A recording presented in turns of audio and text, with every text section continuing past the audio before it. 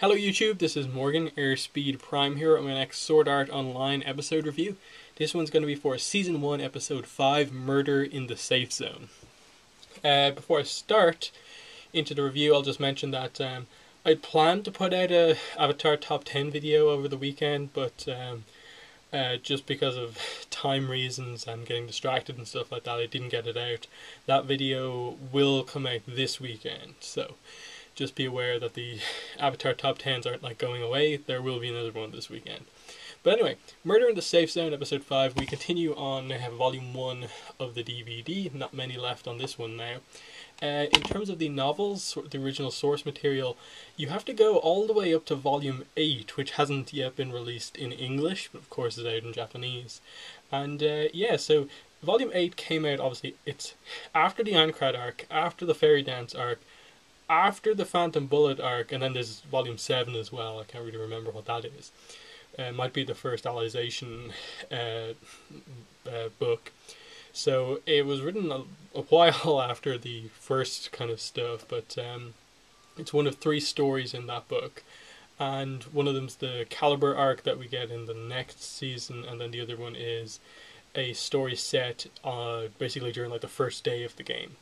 So anyway, this episode is the first of a 2-parter. The next episode, Illusionary Avenger, is also, basically continues directly on from where this episode ends. We end on a cliffhanger pretty much for the first time in this series. And what I like about this arc, specifically this first episode, is just that it's a change from all of the other episodes, which again is something I really appreciate that Sword Art Online does, in that it's not all just the same thing over and over again. It's not always about the action, the boss battles and stuff like that, but at the same time it's not always about these kind of more emotional character stuff like we got in episode 3, and it's not always about these kind of one-on-one character interactions like episode 4.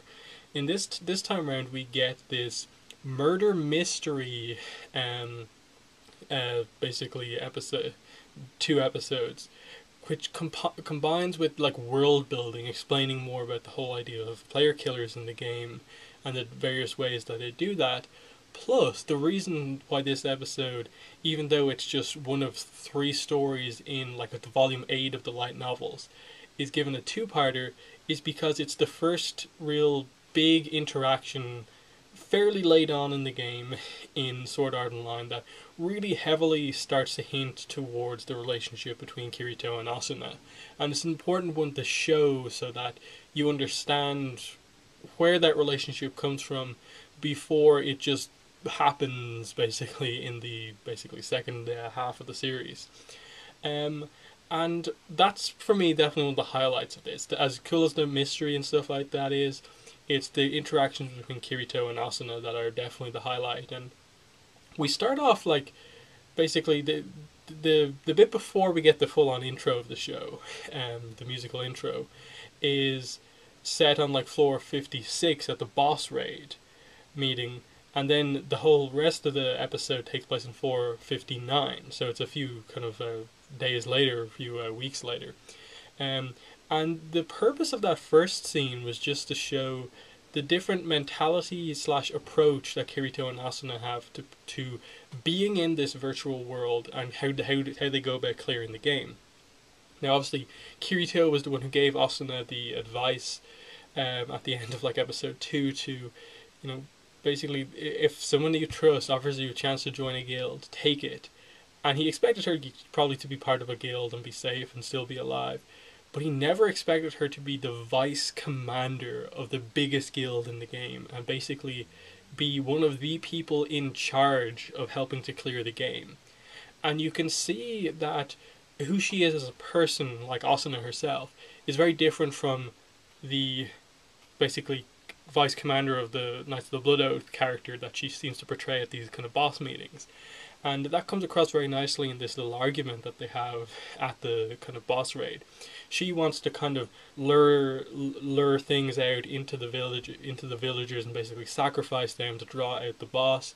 Whereas Kirito, even though he knows that the NPCs in the game aren't really anything, he treats the world that they're in at this point as if it's real life, and so he's not going to do anything that's morally against what he would usually do in real life, just because it happens to be a video game thing.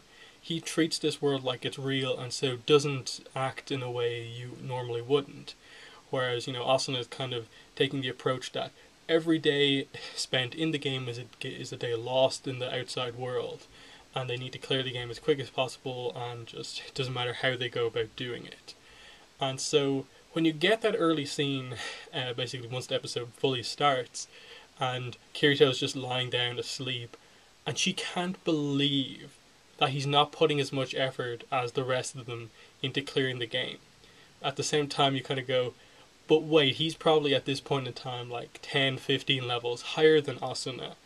And she's kind of questioning how much effort he's putting into clearing the game, even though like he's a solo player, and even though he doesn't have to help clear the game, he basically shows up to every single boss meeting and probably is one of the most effective people in battle.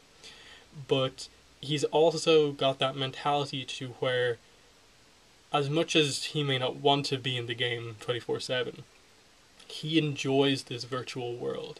He doesn't see the time in the game as just a full-on bad thing, that you can have good experiences in the game, as crazy as the situation as it is. And so him telling her that, these are the best weather settings for this location right now.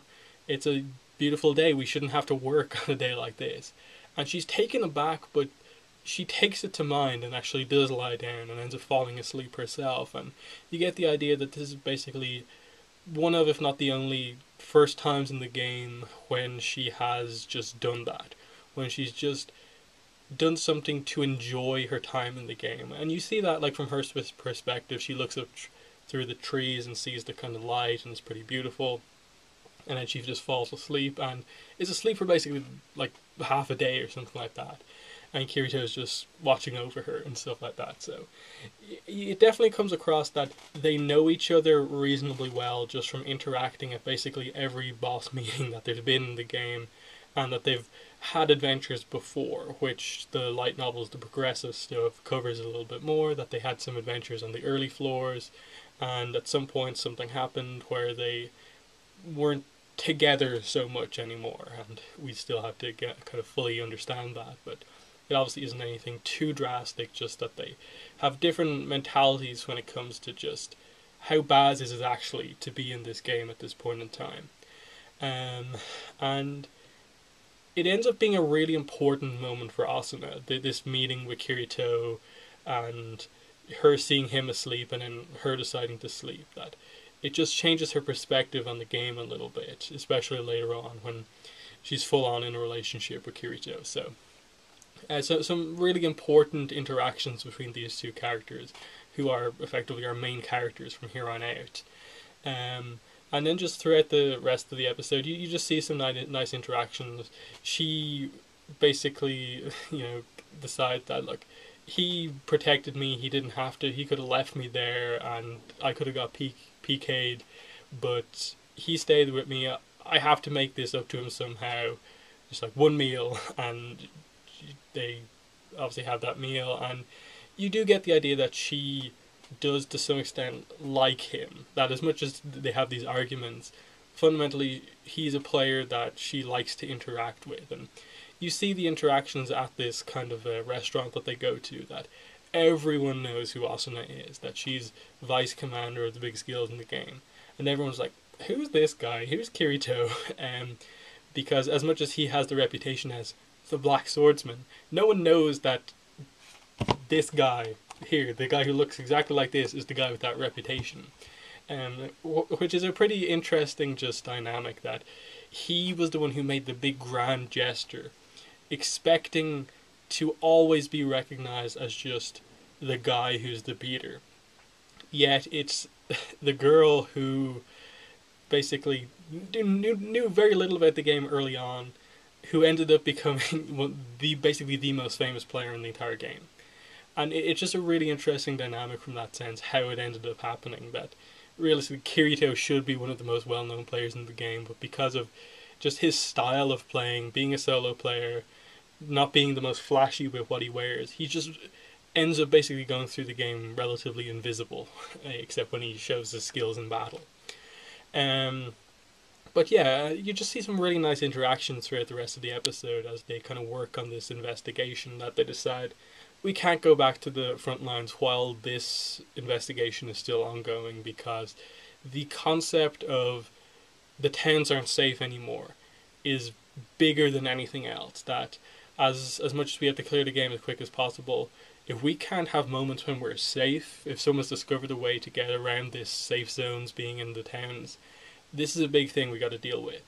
And I like that as a reason for why the story has taken such a kind of swift turn away from just clearing the game as soon as possible. It makes complete sense, and the mystery itself is very interesting. You just see this kind of guy die, hang from the roof of a building, and everyone's shocked that he died in a safe zone.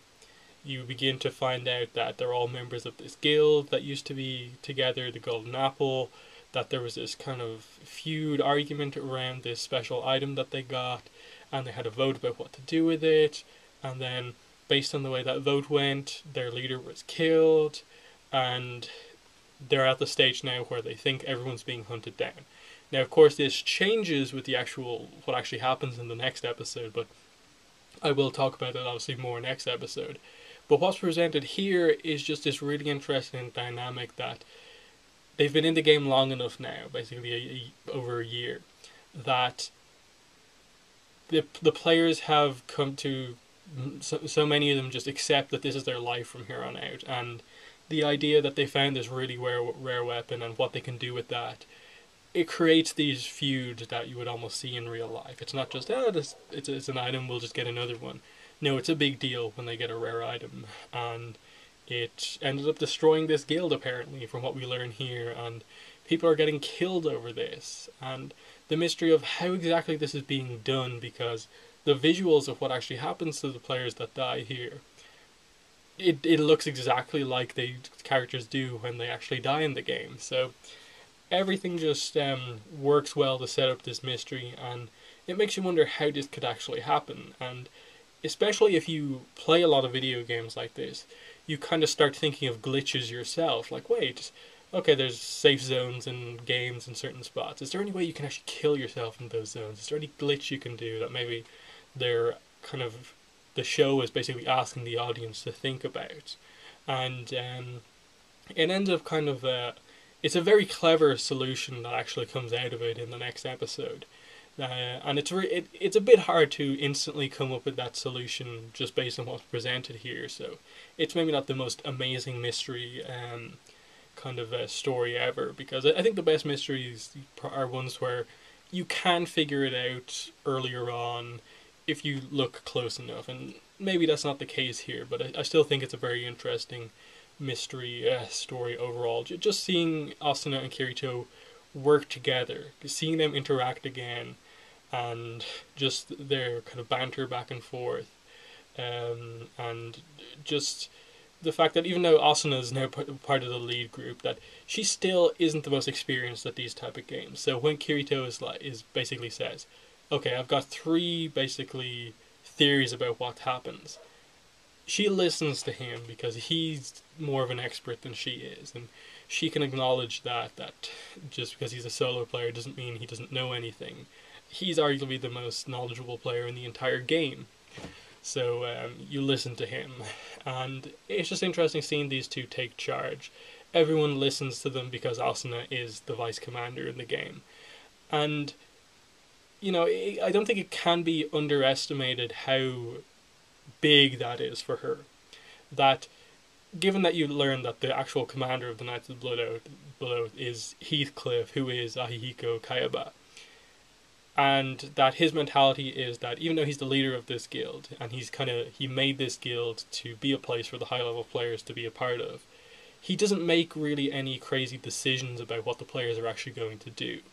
He leads from the front and participates in the battles, but primarily more from a defensive point of view, which basically means that Asuna is the one making all of the big decisions when it comes to clearing the game, which is this kind of point that I think a lot of people don't fully realize, but it is actually true that Asuna is the one planning that boss battle on floor 56 at the start of this episode. Heathcliff is nowhere to be seen. And the books make it even clearer that Heathcliff, as much as he's a well-respected leader and a legend in the game, just like Kirito, he, surprisingly enough, doesn't make the big decisions. Isn't the kind of guy going, okay, this is what we're going to do next. It's left for the others to decide, like Asuna. So I think it's a really important episode, this one, even if it's not necessarily the most important plot episode. It's character interactions that were much needed, and again, a mystery is a pretty big change up from basically every episode that's happened up to now. And just hearing about all these kind of PK methods, about how just the idea about that this is now real life, and the idea that when a player is sleeping, that someone would go up, manipulate someone's hand to make it look like they're opening up their window, challenge them to a duel, and then just kind of kill them in the middle of a duel while they're still asleep. It's a really interesting world building idea about the fact that just people find these kind of exploits in games all the time, and that of course, even in a real life kind of situation where they're in a game, that would still happen. There would still be these exploits and glitches, but because it is real life kind of thing now, they have these glitches have so much more power to them. And again, some really cool stuff in the episode. But I'll definitely have a lot more to say about the next episode, which is the part 2 to this one. But pretty cool cliffhanger, definitely, to end it off on. Just the character that has kind of been making this plot go forward, Yoriko, just getting stabbed apparently and falling out of the window and dying. Just really shocking way to end the episode. But yeah, definitely a good episode. So thanks for watching this review. In the comments, let me know what your thoughts are on this episode, what your thoughts are on what I've said during this video. Other than that, thanks for watching, and bye.